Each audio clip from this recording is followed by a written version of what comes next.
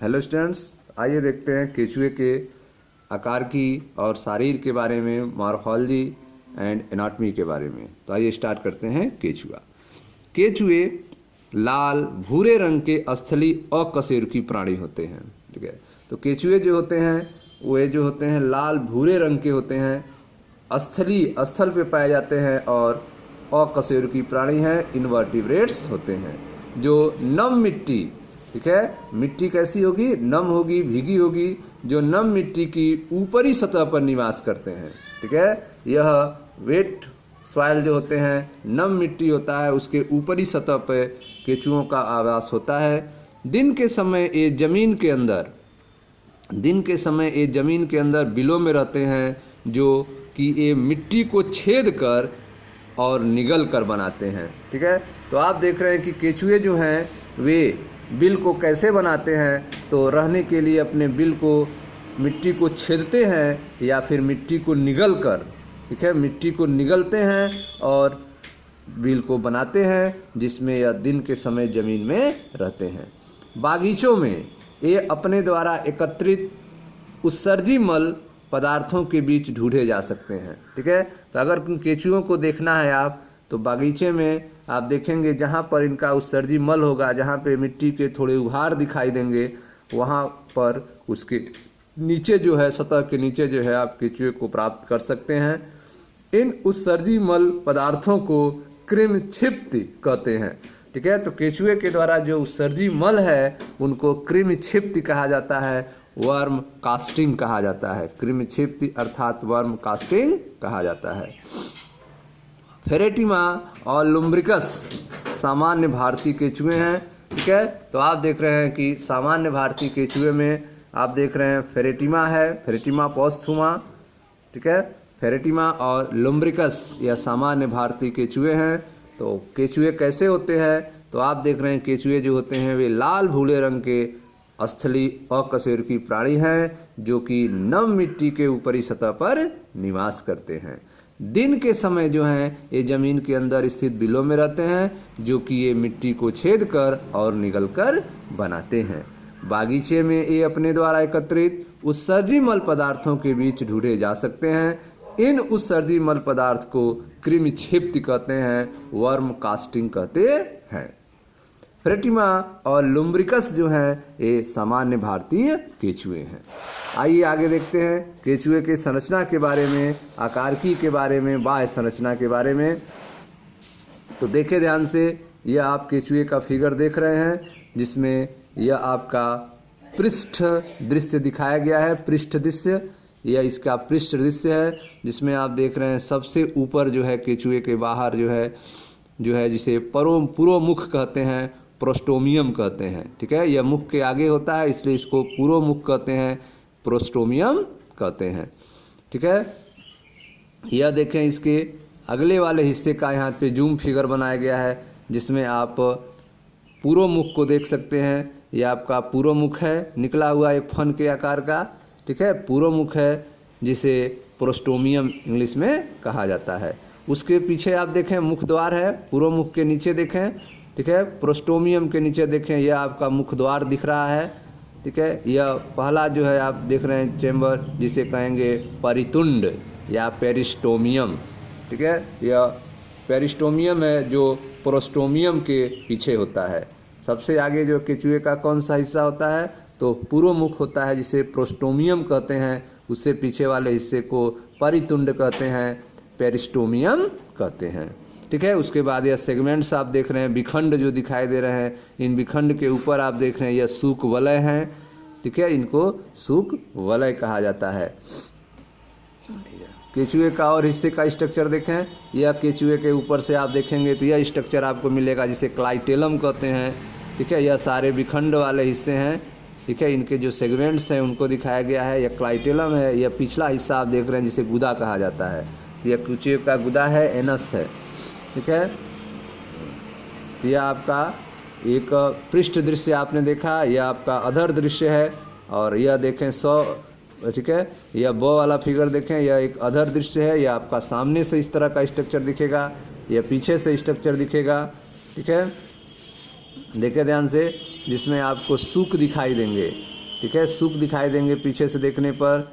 और यह आपके यह छिद्र दिखाई दे रहे हैं क्लाइटेलम वाले हिस्से में। देखें यह आपका मादा जनन रंध्र है, मादा जनन रंध्र है यह फिगर। यहाँ देखें नर जनन रंध्र है, यह जनन पेपल्स आपको दिखाए गए हैं, जनन पेपिला, ठीक है, ये आपके जनन पिपल्स हैं, ये आपके नर जनन रंध्र हैं, यह मादा जनन रंध्र हैं, ठीक है। यह सारे स्ट्रक्चर आप देख रहे हैं, यह गुदा है। तो यह फिगर आपने देखा, यह केचुए का पृष्ठ दृश्य है, और यह फिगर जो है वह केचुए का अधर दृश्य है। यह फिगर देखें आप, यह मुख द्वार दर्शाते हुए पार्श्व दृश्य को केचुए में बनाया गया है, जिसमें केचुए का सबसे आगे वाला भाग जो है प्रोस्टोमियम, जिसे पूर्व मुख कहते हैं, और उससे पीछे वाला भाग जो है परितुंड अर्थात पेरिस्टोमियम है। ठीक है स्टूडेंट्स, तो आइए पढ़ते हैं इसके बारे में, इनके आकारकी के बारे में, संरचना के बारे में, केचुए के आकारकी कैसा होता है, बाहर से यह कैसे दिखते हैं।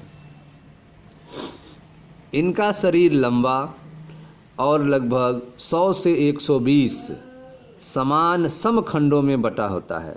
तो केचुए का शरीर जो है लंबा होता है, लगभग 100 से 120 समान मेटामर्स में बटे होते हैं, मेटामियर्स में बटे होते हैं, समान खंडों में यह बटे होते हैं। इन खंडों की संख्या जो है 100 से 120 होती है।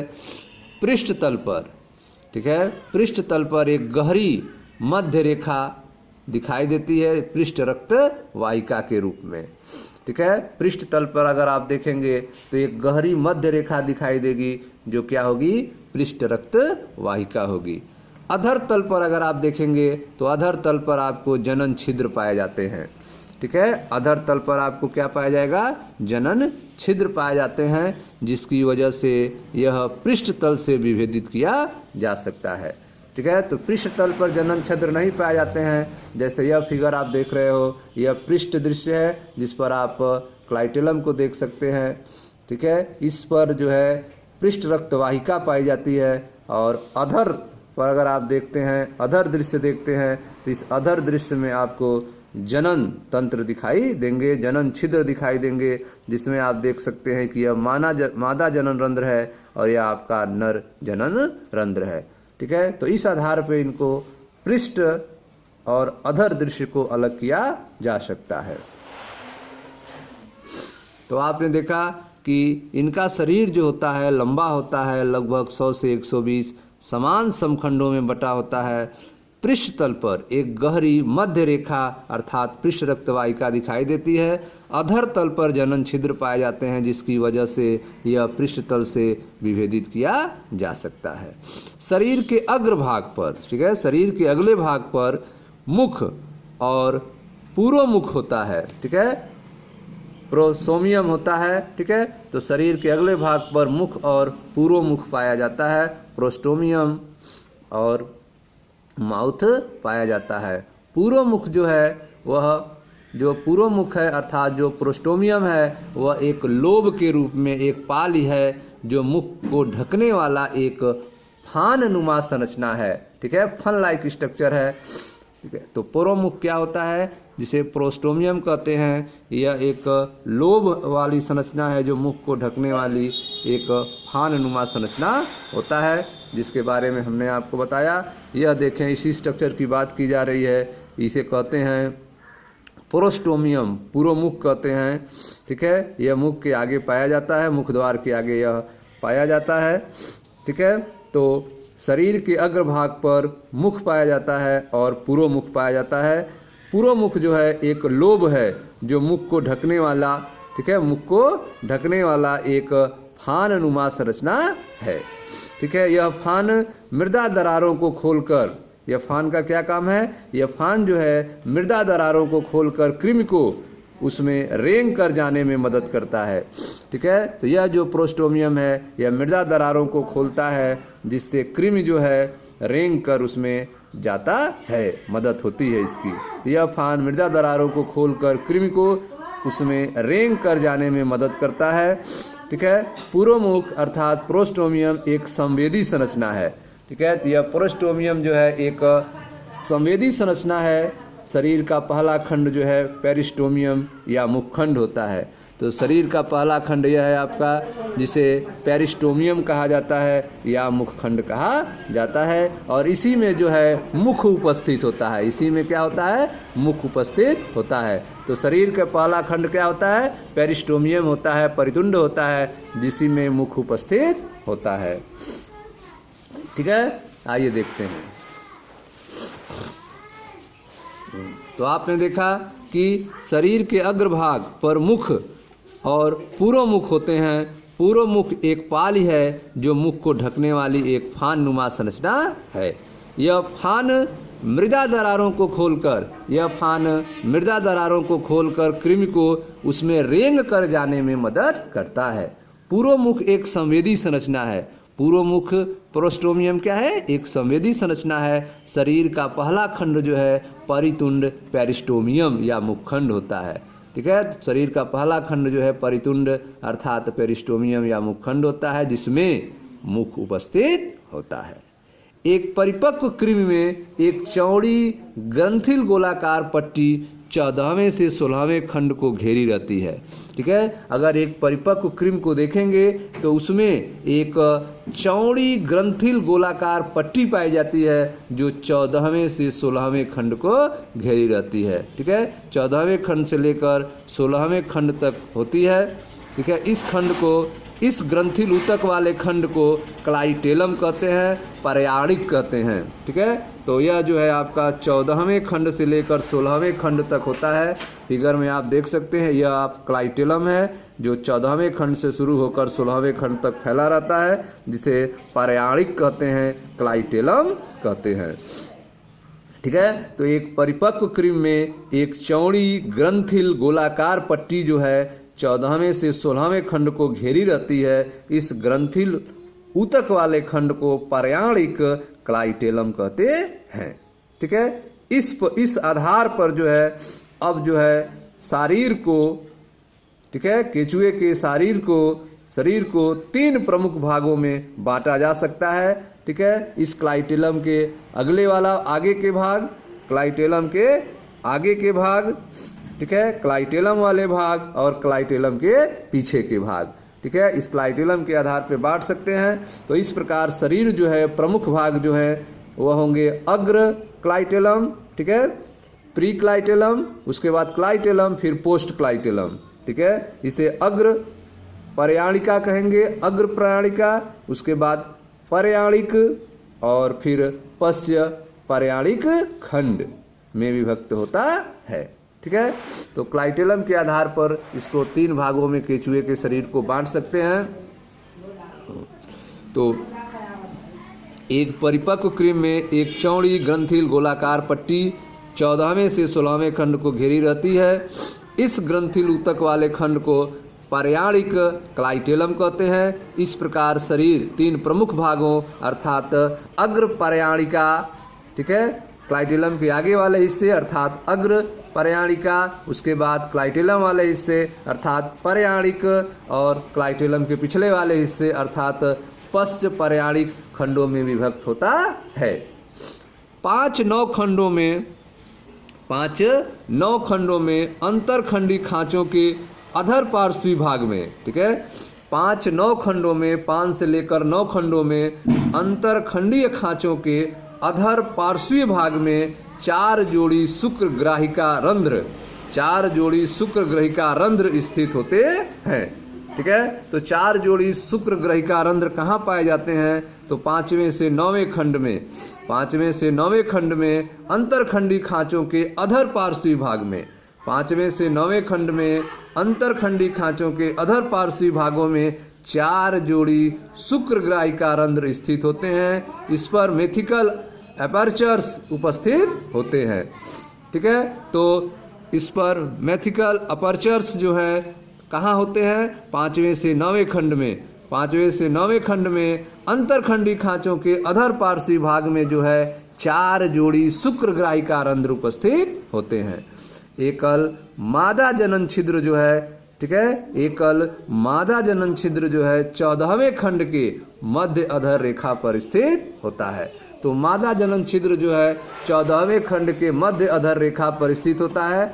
यह आप देख रहे हैं 14वें खंड के मध्य अधर रेखा पर मादा जनन छिद्र जो है उपस्थित होता है।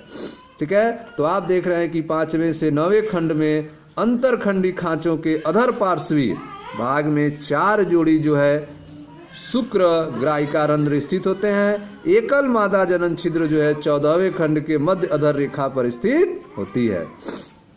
एक जोड़ा नर जनन छिद्र जो है 18वें खंड के अधर पार्श्व में स्थित होता है। तो आप देख रहे हैं कि एक जोड़ा जो है नर जनन, ठीक है, एक जोड़ा जो है आपका नर जनन रंध्र को यहाँ देख रहे हैं। एक जोड़ा नर जनन रंध्र है जो कहाँ पाया जाता है, यह 18वें खंड के अधर पार्श्व में स्थित होता है।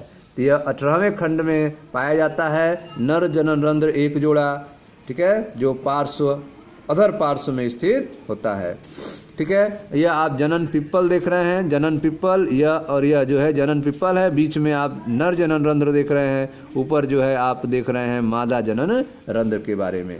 तो मादा जनन रंध्र जो है वह कहाँ पाए जाते हैं, तो यह जो है 14वें खंड में पाए जाते हैं मादा जनन रंध्र। तो एकल मादा जनन छिद्र जो हैं 14वें खंड के मध्य अधर रेखा पर स्थित होते हैं और एक जोड़ा नर जनन छिद्र जो है वो 18वें खंड के अधर पार्श्व में स्थित होता है।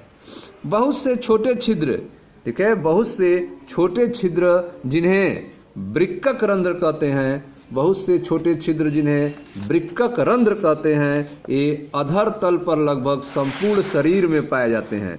तो वृक्कक रंध्र जो हैं वे संपूर्ण शरीर पर अधर तल पर पाए जाते हैं। इन छिद्रों के द्वारा उत्सर्गिकाएं शरीर के बाहर की ओर खुलती हैं। ठीक है, तो इन छिद्रों के द्वारा उत्सर्गिकाएं जो हैं वे शरीर के बाहर की ओर खुलती हैं। तो ठीक आप देख रहे हैं कि केचुए के बहुत से छोटे छिद्र होते हैं। केचुए के शरीर में बहुत से छोटे छिद्र होते हैं जिन्हें वृक्कक नेफ्रीडिया, जिन्हें वृक्कक रंध्र कहते हैं, नेफ्रीडियल पोर कहते हैं। ये अधर तल पर लगभग संपूर्ण शरीर में पाए जाते हैं और इन छिद्रों के द्वारा उत्सर्गिकाएं शरीर के बाहर की ओर खुलती हैं। शरीर के प्रथम, अंतिम और पर्याणिका खंडों को छोड़कर, ठीक है, शरीर के प्रथम, अंतिम और क्लाइटेलम वाले खंड को छोड़कर समस्त देह खंडों में यस आकार के सूक पाए जाते हैं, सिटी पाई जाती है। ठीक है, तो सिटी कहाँ पाई जाती है, शरीर के प्रथम, अंतिम और क्लाइटेलम वाले पर्याणिका वाले खंडों को छोड़कर समस्त देह खंडों में यस आकार की सिटी पाई जाती है, सूक पाए जाते हैं, जो प्रत्येक खंड के मध्य में स्थित उपकला गर्त में धसे रहते हैं। ठीक है, तो यह जो सिटी हैं वे प्रत्येक खंड के मध्य में स्थित उपकला गर्त में धसे रहते हैं। इनका क्या वर्क है, तो सूक जो है छोटी बाल के समान संरचना होता है।